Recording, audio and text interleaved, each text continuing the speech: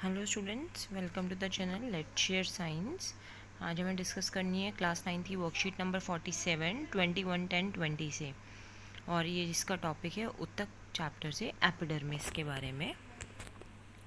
तो देखिए, ये है वर्कशीट आपकी। इसमें आपको हमें डिस्कस करना है कि एक पौधा अपनी रक्षा किस तरीके से करता है। तो क्या किस तरीके से, पौधा तो चल फिर नहीं सकता, तो वो अपने आप को कैसे बचाएगा। तो इस कार्य को करने के लिए, अपनी रक्षा को करने के लिए पौधों में एक संरक्षी ऊतक होता है। संरक्षी ऊतक मतलब जो रक्षा करे, जो पौधों की पूरी सतह को ढके रहते हैं, और इनका मुख्य कार्य क्या होता है, रक्षा करना पौधों की। ठीक है। और यह यह भी सरल ऊतक है, परंतु इनका कार्य संरक्षण संभरण ऊतकों से भिन्न होता है। ये भी एक सरल ऊतक का एग्जाम्पल है, मगर इनका कार्य क्या है वो हम देखेंगे। ये 3 प्रकार के होते हैं, एपिडर्मिस, स्टोमेटा और कॉर्क। ठीक है, तो सबसे पहले हम डिस्कस करेंगे एपिडर्मिस के बारे में। तो ये डायग्राम आपको दिखाई दे रहा है, ये है एपिडर्मिस। तो पौधों के सभी भाग जैसे फूल, पत्ती, तना, जड़ की बाहरी सतह कोशिकाओं की एक परत से ढकी होती है। जो सबसे बाहर की परत होती है ना, पत्तों के ऊपर, जड़ों के ऊपर, उसके ऊपर एक परत होती है, उस परत को हम बोलते हैं एपिडर्मिस। और एपिडर्मिस की जो कोशिकाएं होती हैं वो चपटी होती हैं, एकदम प्लेन होती हैं, जैसे आपको यहाँ दिखाई दे रहा है। यह पौधों के बाहरी भागों पर जल प्रतिरोधी परत बनती है।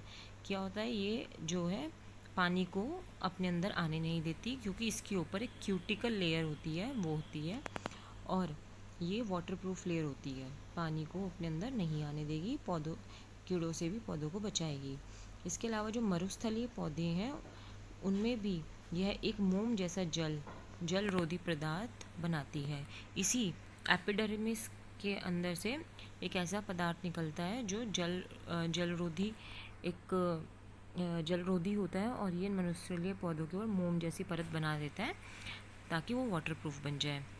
तो ये जो जलरोधी पदार्थ है वो है क्यूटिन, और जो पौधों को जलहानि और परजीवी करक कवक से रक्षा करता है, यानी पानी का लॉस ना हो, पानी की कमी होने पर ज़्यादा पानी ना निकले, और दूसरा कोई और कीड़ा आके, कवक आके उसको ख़राब ना करे। इसके अलावा एपिडर्मिस की क्यूटिकल वाष्पोत्सर्जन को नियंत्रित रखती है। अब वाष्पोत्सर्जन क्या होता है, गर्मियों में जब पानी ज़्यादा भाप बनकर उड़ता है तो है उसको भी कंट्रोल रखता है, कि क्यूटिकल एपिडर्मिस जो है इसी लेयर की वजह से।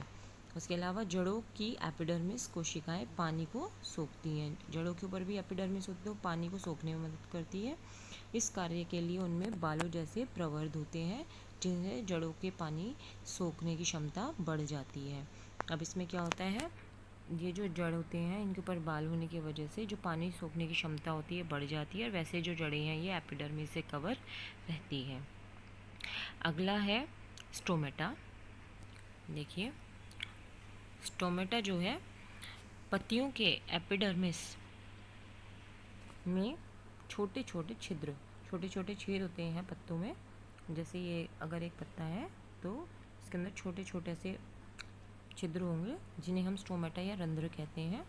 इनके वृक्क के आकार की कोशिकाएं घेरे रहती हैं। ये वाली इस शेप की जो कोशिकाएं हैं चारों तरफ होती है इसकी, और यही रक्षी कोशिकाएं कहते हैं। इनका कार्य रंध्र को बंद एवं खोलने का है। तो ये जो दिखाई दे रही है आपको इधर वाली कोशिकाएं, स्टोमेटा का कार्य क्या है अगर आ जाता है पेपर में लिखने के लिए, तो वायुमंडल से पौधों में गैसों का आदान प्रदान करना। दो फंक्शन आएंगे पेपर में लिखने के लिए, तो 2 नंबर में। तो एक तो क्या है, ये ऑक्सीजन कार्बन डाइऑक्साइड को बदलने का काम करता है, और दूसरा वाष्पोत्सर्जन, क्योंकि जो पानी भाप बनकर उड़ता है वो भी स्टोमेटा के द्वारा ही जाता है।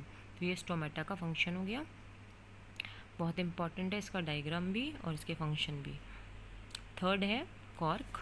पौधों की लगातार वृद्धि के कारण जड़ और तने की मजबूत एपिडर्मिस एक दूसरे ऊतक कॉर्क में बदल जाती है।